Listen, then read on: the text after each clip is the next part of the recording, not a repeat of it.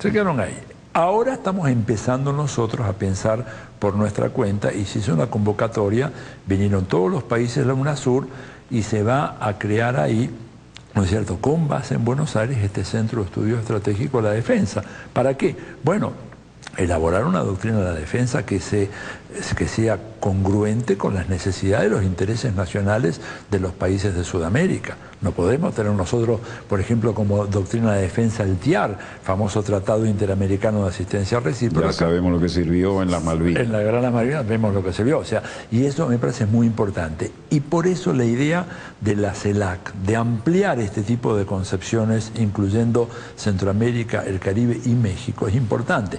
Uno podrá decir, bueno, pero México, con un gobierno tan conservador, ¿estará dispuesto a esto? Bueno, sí, es un gobierno muy conservador, pero se ha dado cuenta Calderón y la gente que lo rodea de que el despedazamiento que está sufriendo México en este momento, en donde el número de gente que ha muerto a causa de la violencia desatada en México es enorme, ¿no es cierto?, tiene, entre otras causas, el hecho de que tiene un gigantesco supermercado de armas a lo largo de toda la frontera que están abasteciendo y alimentando la violencia y el derramamiento de sangre en México. Y eso hace que entonces un presidente como Calderón encuentre importante, ¿no es cierto?, que no se oponga a la creación de un espacio como la Comunidad de Estados Latinoamericanos y Caribeños, porque ahora él y los gobiernos mexicanos son víctimas también de este desenfreno de los Estados Unidos, que se demuestra no solamente en el hecho de esta carta blanca para alimentar con armas a lo largo de toda la frontera. Hay un estudio hecho por un sociólogo mexicano que demuestra que no sé cada cuántos pocos kilómetros hay un lugar donde puedes comprar armas en la frontera. Y tú dices, presentas tu documento, digo, quiero esta, por citar una que a mí me gusta, quiero esta Glock. ¿Cuál es? Bueno, la de 21, la 19, pum.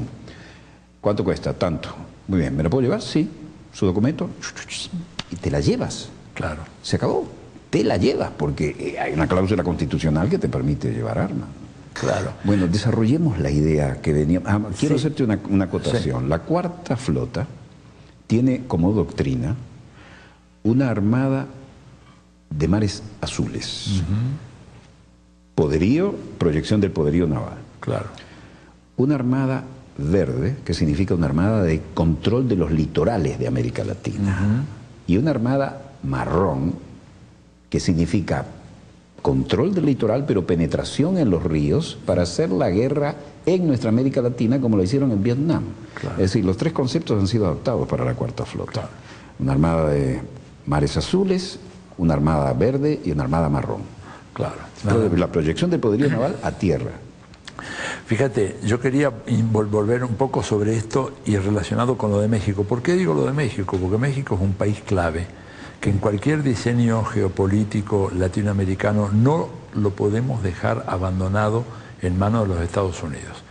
Yo soy, además me considero un argenmex porque he vivido 8 años en ese país, exiliado. Tengo ex compañeros de la Fuerza Aérea Uruguaya que han hecho su vida allá porque se negaron a plegarse al golpe. Exactamente. Bueno, y yo, digamos, le tengo una eterna gratitud a México, pero además de Tuve el privilegio de hacerla aquí. Ajá. Bueno, y por eso estamos conversando. Por eso estamos acá. Bueno, pero yo creo que el caso de México es muy importante. México es nuestra frontera. México es la frontera latinoamericana con Estados Unidos. Nosotros no podemos regalar a México, y creo que ha sido un error muchas veces de la diplomacia de los países sudamericanos, sí. Abandonar México y decir, bueno, México ya está perdido, México ha sido absorbido. No es cierto. México, y fíjate que por eso decía yo, que Calderón, con todo su conservadurismo y con un gobierno muy reaccionario, pero se da cuenta él que su propio país está siendo despedazado. Y otra cosa más, Obama ha sido en estos 2 años el presidente que mayor número de inmigrantes ilegales deportó de los Estados Unidos, a un promedio de 500.000 por año. ¿No es cierto? Esto salió como una nota hace pocos días en uno de los periódicos norteamericanos. O sea que hay ahí material suficiente para decir, mire, construyamos un consenso, los países de América Latina y el Caribe, porque más allá de algunas diferencias que podemos tener, que existen, nadie las va a negar.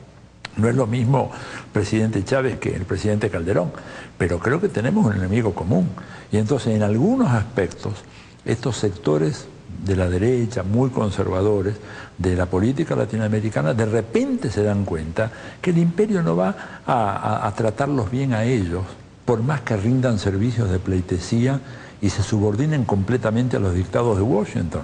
Además, Washington no respeta a sus aliados, y desprecia a aquellos que son sus serviles. Creo que en ese sentido la experiencia del menemismo en la Argentina, recordarás en los 90... Por Dios, ¿verdad? Aquí a mí me daba vergüenza ajena. Llegaba Cavallo, no hablemos de Menem, llegaba Cavallo, sí, y se arrastraban por entrevistar a Cavallo, porque era el gurú del paquetazo neoliberal. Fíjate. Bueno, con Menem yo he conversado en la Embajada Argentina en aquellos tiempos, con Cavallo tuve un encontronacito, pero... Bueno, parecía un exabrupto en ese momento, ¿no? Tener un encontronazo con Cavallo. Bueno, pues fíjate cómo cambiaron las cosas. Entonces yo creo